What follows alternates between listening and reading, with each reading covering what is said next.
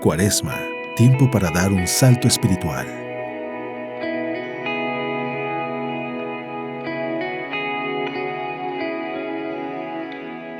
Hoy miércoles 26 de febrero, iniciamos el tiempo extraordinario litúrgico de la Cuaresma, un tiempo de reflexión, de conversión, de penitencia y mortificación. Pero todo esto con un propósito: crecer espiritualmente y hacer un alto en nuestra vida. El miércoles de ceniza está marcado por la imposición de la ceniza por parte del sacerdote a cada uno de los fieles. La ceniza, formada de aquellas hojitas de la Santa Misa que se queman, se trituran y se hacen ceniza, y también de algunos folletos o cuestiones santas que puedan integrarla y que nos es puesta en nuestra frente, a forma de cruz. El sacerdote dice palabras extraordinarias, como son: en polvo eres y en polvo te convertirás, o conviértete y cree en el Evangelio. Estas dos frases nos hacen cimbrar el corazón y el espíritu para darnos cuenta de la trascendencia de nuestro paso por la vida y también lo efímero de la vida, por lo cual siempre debemos estar preparados para irnos al cielo. Para ello debemos vivir en estado de gracia, porque en cualquier momento el Señor puede tomarnos y puede ser esta la última Cuaresma que vivamos. Muchas veces no pensamos en la muerte, no pensamos en el pecado, no pensamos en que Dios es justo y que si nosotros no nos encontramos en el estado adecuado, no gozaremos del cielo.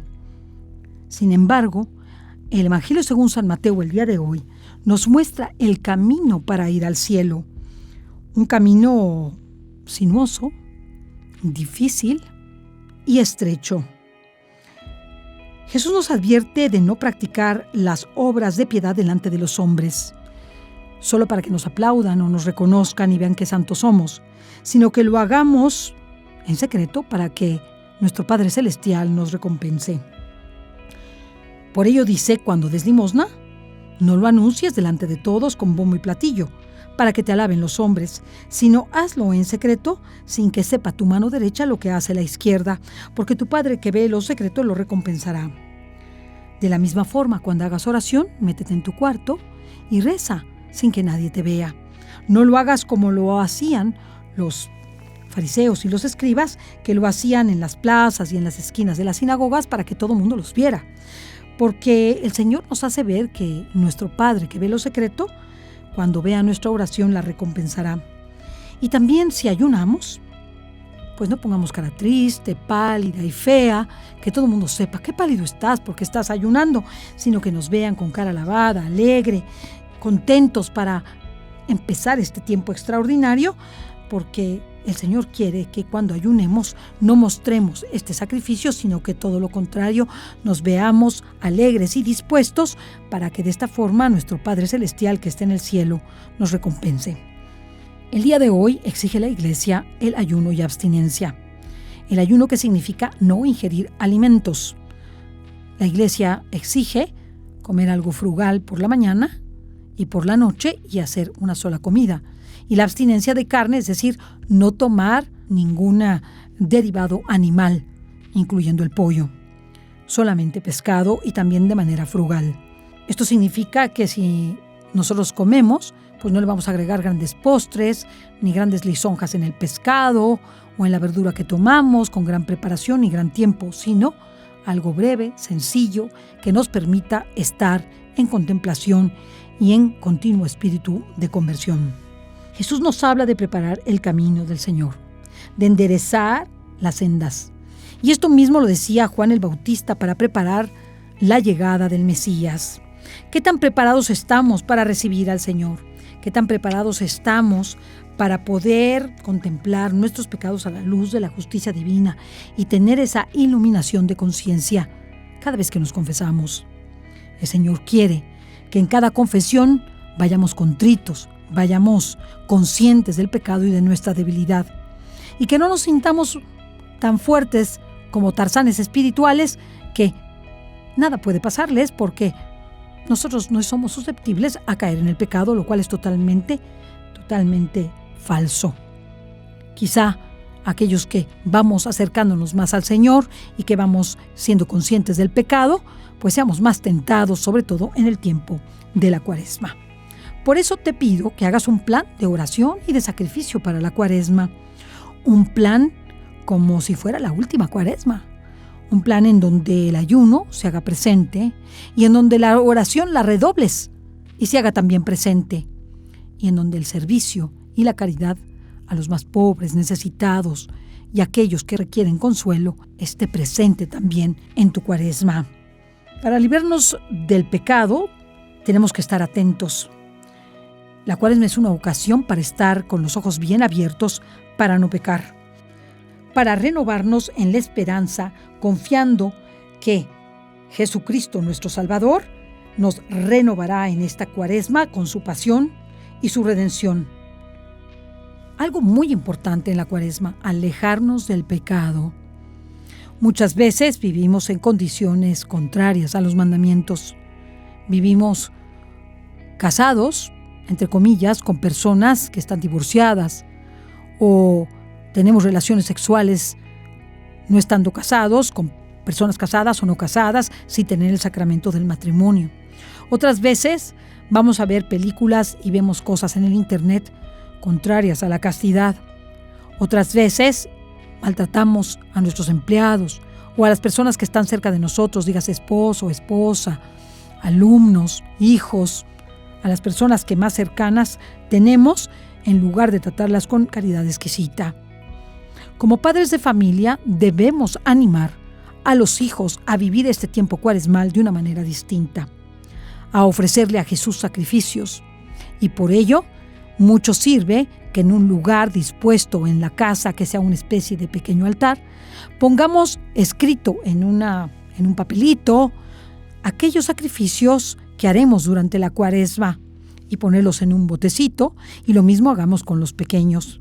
En una ocasión pude ver cómo unos pequeños que se iban a tomar o pensaban tomarse esos dulces, los pusieron en ese pequeño altar y no se los comieron durante toda la Cuaresma, lo cual significa para un niño un gran sacrificio. Por ello, debemos contemplar las Escrituras de una manera distinta, buscar meditar la pasión de Cristo y a través de las horas de la pasión de Luisa Picarreta, en donde Jesús habla de cada sufrimiento que ha tenido y qué significa esos sufrimientos a la luz del pecado y el alejamiento del hombre de Dios. Cuando leemos las horas de la pasión, vemos cómo Jesús nos va llevando en una meditación constante de sus sufrimientos y cómo en esos sufrimientos Él se encuentra desconsolado, se encuentra triste, abatido, y que no solamente es el sufrimiento físico de golpes, de salivazos, del sol, de cargar la cruz y estar herido en su hombro, de despedirse de su madre, de estar destrozado frente a Pilatos y Barrabás y que todos le griten crucifícale, crucifícale. No es solamente eso, sino cada evento de la pasión es un acto divino de reparación del Salvador en el que Jesús quiere que lo acompañemos.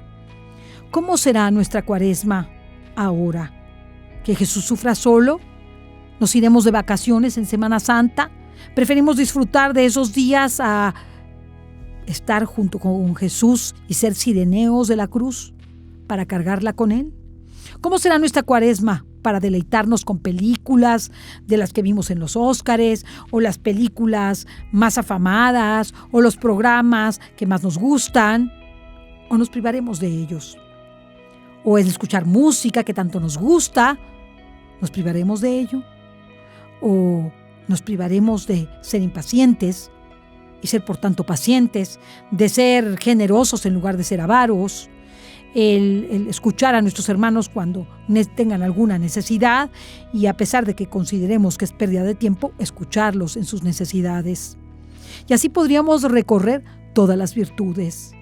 Podemos, dentro de este papelito donde hagamos este ofrecimiento del que les hablaba, poner exactamente qué oraciones, qué sacrificios y qué actos de participación de los sacramentos, por ejemplo, de asistir a la Santa Misa o de confesarse o de rezar el Santo Rosario, vamos a hacer cada día. Acompañemos a nuestro esposo y esposa y a nuestros hijos o alumnos o a nuestros compañeros de trabajo en este momento en donde nos preparamos para la pasión de Cristo. Es un tiempo difícil. Quiero decirles que a mí en lo personal, todo lo que se refiere a la pasión me causa consternación. ¿Y por qué me causa consternación? Porque veo el sufrimiento de Jesús y me quedo pasmada frente a tanto sufrimiento y tan poca respuesta. Tanta indiferencia y ofensas a Jesús. Por ello, renovemos nuestra esperanza, preparémonos en el camino, hagamos como el Bautista que hizo esta invitación a vivir de una manera austera, a conformarnos con lo que tenemos, a no quejarnos con Dios, a no reclamarle a Dios por qué nosotros no tenemos y otros sí. Hace unos días el sacerdote decía en la Santa Misa algo que me hizo pensar muchísimo. Y dijo que el pecado de la envidia es un pecado horrible, porque en él, además de la tristeza que tenemos de los bienes ajenos, nosotros nos comparamos con los que están mejor que nosotros. Y eso nos procura la envidia. ¿Por qué ese tiene más? ¿Por qué ese Dios lo ayuda más? ¿Por qué su vida es más fructífera desde el punto de vista espiritual o humano? Y en cambio, yo, ¿cómo me encuentro? Más pobre, más solo, más afectado. ¿Y por qué no veo a los que están sufriendo más? Si veo a los que sufren más, veo a muchas personas que no tienen ni qué comer ni techo donde vivir, o veo a niños abandonados, o de padres asesinados o violados, o víctimas de la violencia como hemos visto en los últimos días. ¿Qué digo ante esto? ¿No me considero afortunado? ¿No me considero agradecido de tener todos los dones que el Señor me dio, incluso del nivel sociocultural que me dio, que me hizo saber varios idiomas, que me ayudó a estudiar, a tener una profesión, que me ayudó a tener una familia linda, buena, que me ama? ¿Por qué no veo eso? O que me dio la soledad para pensar en Él y para estar con Él. El camino para todas las personas es difícil. Por eso resulta inútil compararse. ¿Para qué me comparo con quien no soy? Mejor comparémonos con nosotros mismos de cómo hemos sido y cómo somos ahora y cómo queremos ser. Y que en eso haya crecimiento espiritual.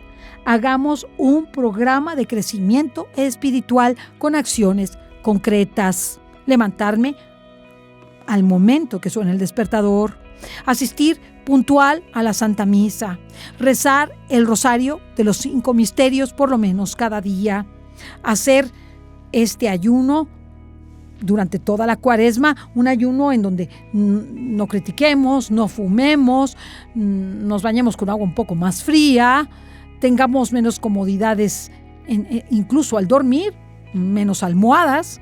Esto ayuda mucho. ¿Por qué? Porque nos hace conscientes en esta austeridad de lo bueno que es Dios con nosotros y lo mucho que tenemos. Finalmente, te invitaré a la gratitud. La gratitud da la felicidad. Y la gratitud de saber que Jesús se entregó por cada uno de nosotros y dio su vida para salvarnos. ¿Cuántas veces le agradeces a Jesús que murió en la cruz? ¿Cuántas veces le agradeces a Jesús que te dio el don de ser católico? ¿Cuántas veces le agradeces a Jesús que te dio a su madre, que te hizo conocer al Padre y al Espíritu Santo? ¿Cuántas veces le agradeces a Jesús que tienes un trabajo, que tienes salud? O que no tienes salud y por eso valoras la salud. O que no tienes dinero y por eso valoras cada cosa que tienes. Porque no pensemos que la pobreza, el sufrimiento, la ausencia de salud son castigos. Son dones del Espíritu Santo para comprender el valor de la salvación.